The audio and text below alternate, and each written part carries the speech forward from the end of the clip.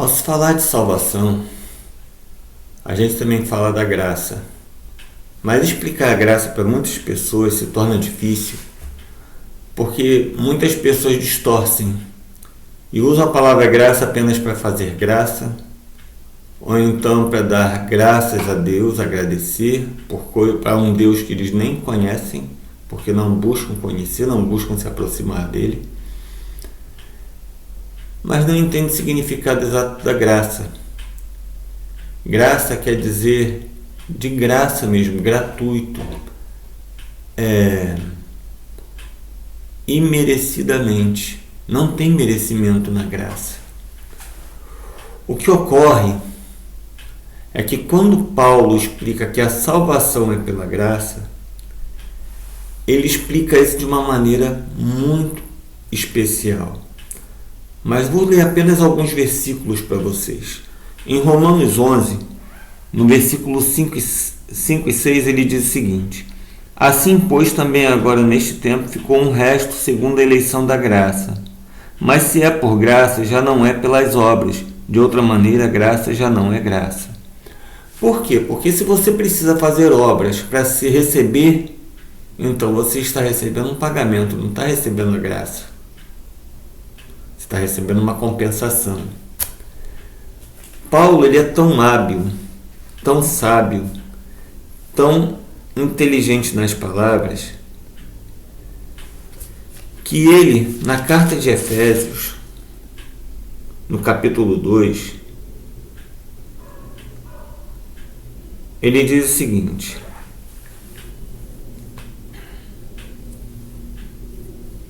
a partir do versículo 3: entre os quais todos nós também antes andávamos nos desejos da nossa carne, fazendo a vontade da carne e dos pensamentos, e éramos por natureza filhos da ira, como os outros também.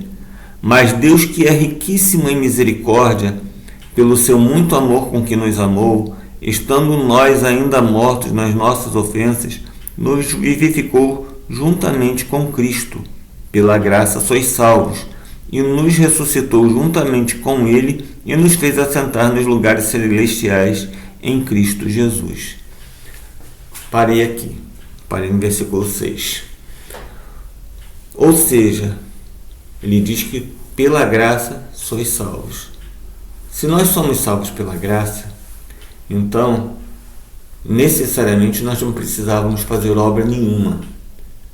Mas aí nós voltamos lá em Marcos 16, no Evangelho segundo Marcos, capítulo 16, quando na grande comissão, lá no versículo 16, ele diz: ide por todo mundo e pregai o Evangelho a toda criatura.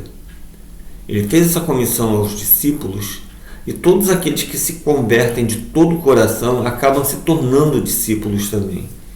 E sendo discípulos, o que fazemos? Nós buscamos fazer coisas que agradam a Deus. Se nós fazemos coisas que agradam a Deus, nós estamos fazendo as obras de Deus.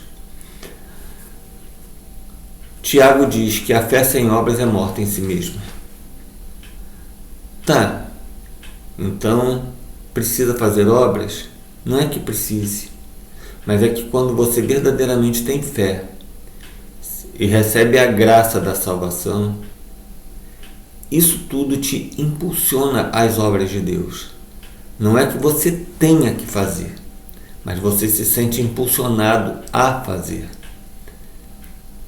A graça, ela não te cobra nada. Mas, quando você não sente o impulso para as obras de Deus, alguma coisa errada está. Você pode achar que está salvo e não está, porque você está preso ainda às coisas deste mundo que te limitam no agir para o Senhor. Quebra essa corrente. Quebra isso que te impede de fazer aquilo que agrada a Deus. E saiba que Ele tem grandes coisas no teu caminho. Lembre-se que Deus não é homem para que minta, nem filho do homem para que se arrependa. E tudo que Ele fala, Ele cumpre. Lembre-se que o Senhor Jesus é o caminho, a verdade e a vida. e ninguém vai ao Pai senão por Ele. Se você verdadeiramente quer seguir este caminho, alcançar a graça de Deus e ser verdadeiramente um cidadão dos céus, comece a avaliar a sua fé. Busque verdadeiramente a Deus, ore mais, jejue uma vez ou outra, mas jejue, não porque você quer receber alguma coisa, mas porque você simplesmente quer mortificar o seu corpo. Busque verdadeiramente ter paz com Deus e faça aquilo que é agradável a Ele. Assim sendo, eu só quero que você pense da seguinte forma: se Deus amou ao mundo de tal maneira que deu seu Filho unigênito para que todo aquele que nele crê não pereça, mas tenha vida eterna, então verdadeiramente você tem que crer naquilo que o Senhor diz na sua palavra. Não se limite, mas vá a fundo na busca do conhecimento de Deus, tá bom? Então fiquem na paz e até uma próxima mensagem. Amém.